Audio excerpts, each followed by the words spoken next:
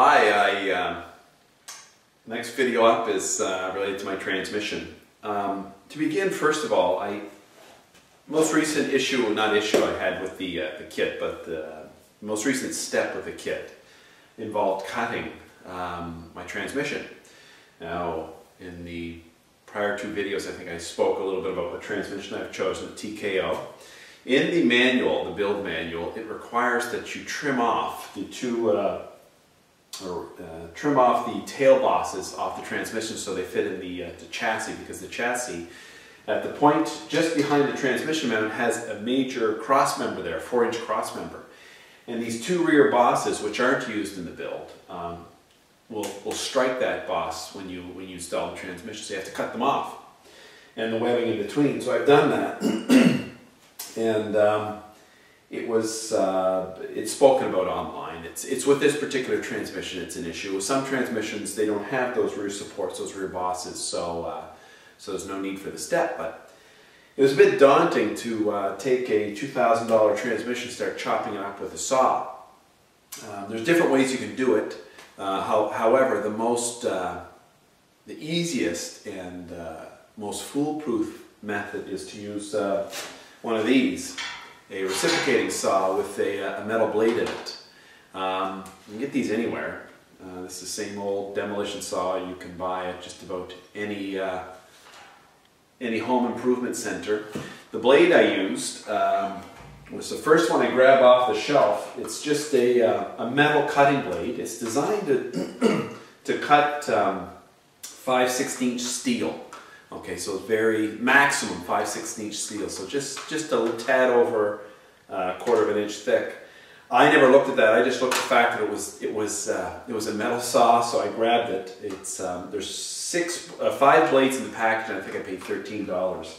Plugged it into the saw, and it sliced right through. This stuff is cast aluminum. The transmission is made of cast aluminum, which is much softer than steel. And I use WD-40 because it's all I had at hand, just as a light lubricant for the saw. So as you take the saw on the transmission, make a few slow cuts, a few slow passes, just to start a groove into the where you want to cut. Mark it first with a marker, of course, to get an idea.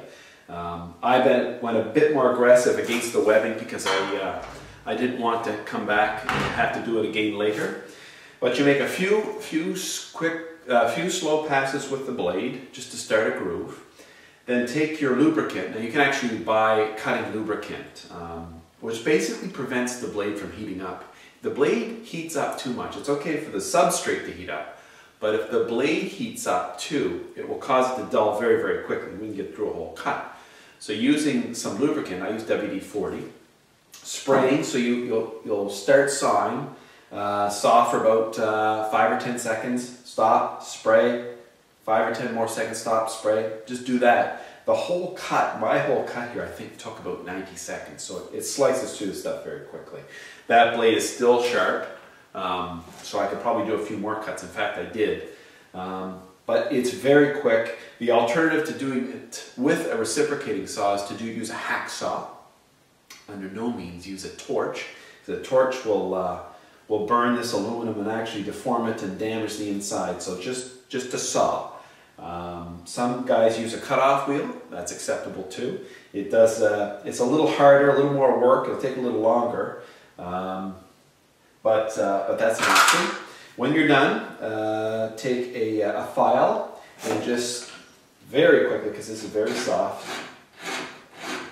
just ease the edges of that cut. And the reason being is because as you place this in, it'll catch on your hands, your clothing, and sometimes the powder-coated areas of the frame if it's too sharp. So just using a file, a round file, just working the edges. Few seconds, doesn't take long at all, and that's all there is to it.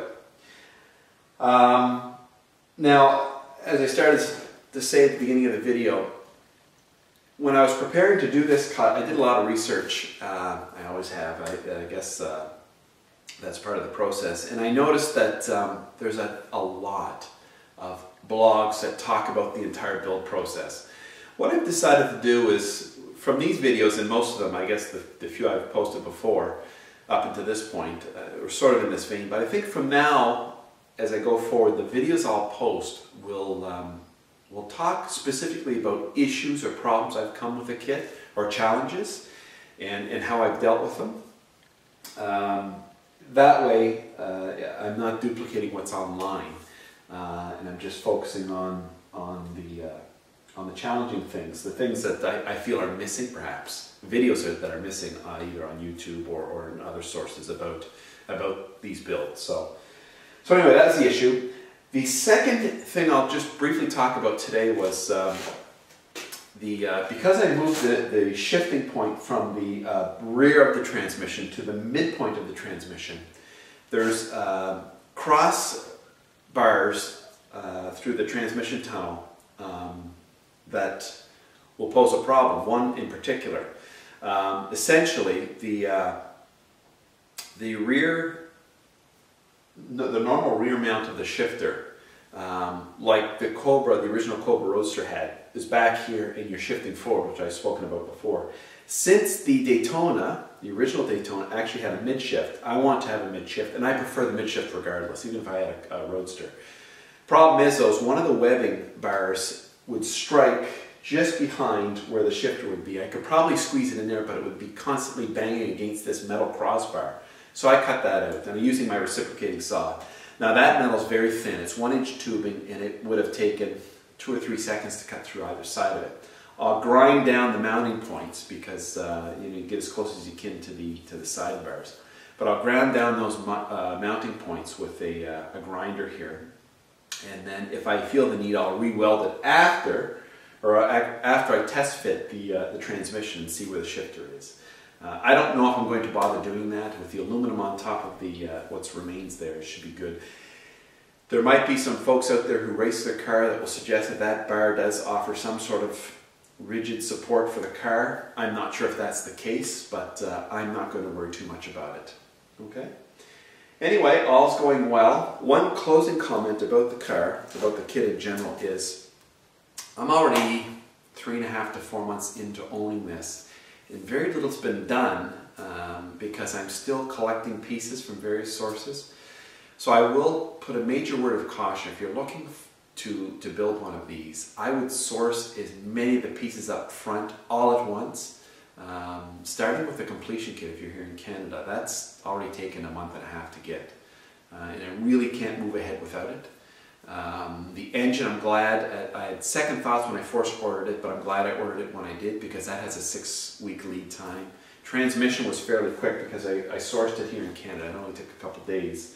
However, the throw-out bearing and the shift fork, for example, or the clutch fork, I probably could have bought at a Ford dealership, but I bought one specially designed for the Center Force.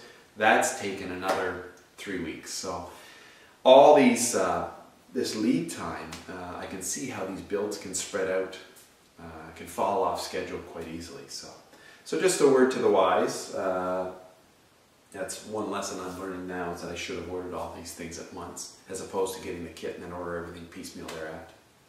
But so far, very easy, no challenges, a lot of fun. Looking forward, I think my next step will be to, when I mount the transmission, which I'll show on a quick video, a little trick there, mount the transmission to the engine, I'll put the whole drivetrain in, see how it fits, and leave it inside the car, and try to build around as much as I can, and then pull it out when I do the aluminum paneling.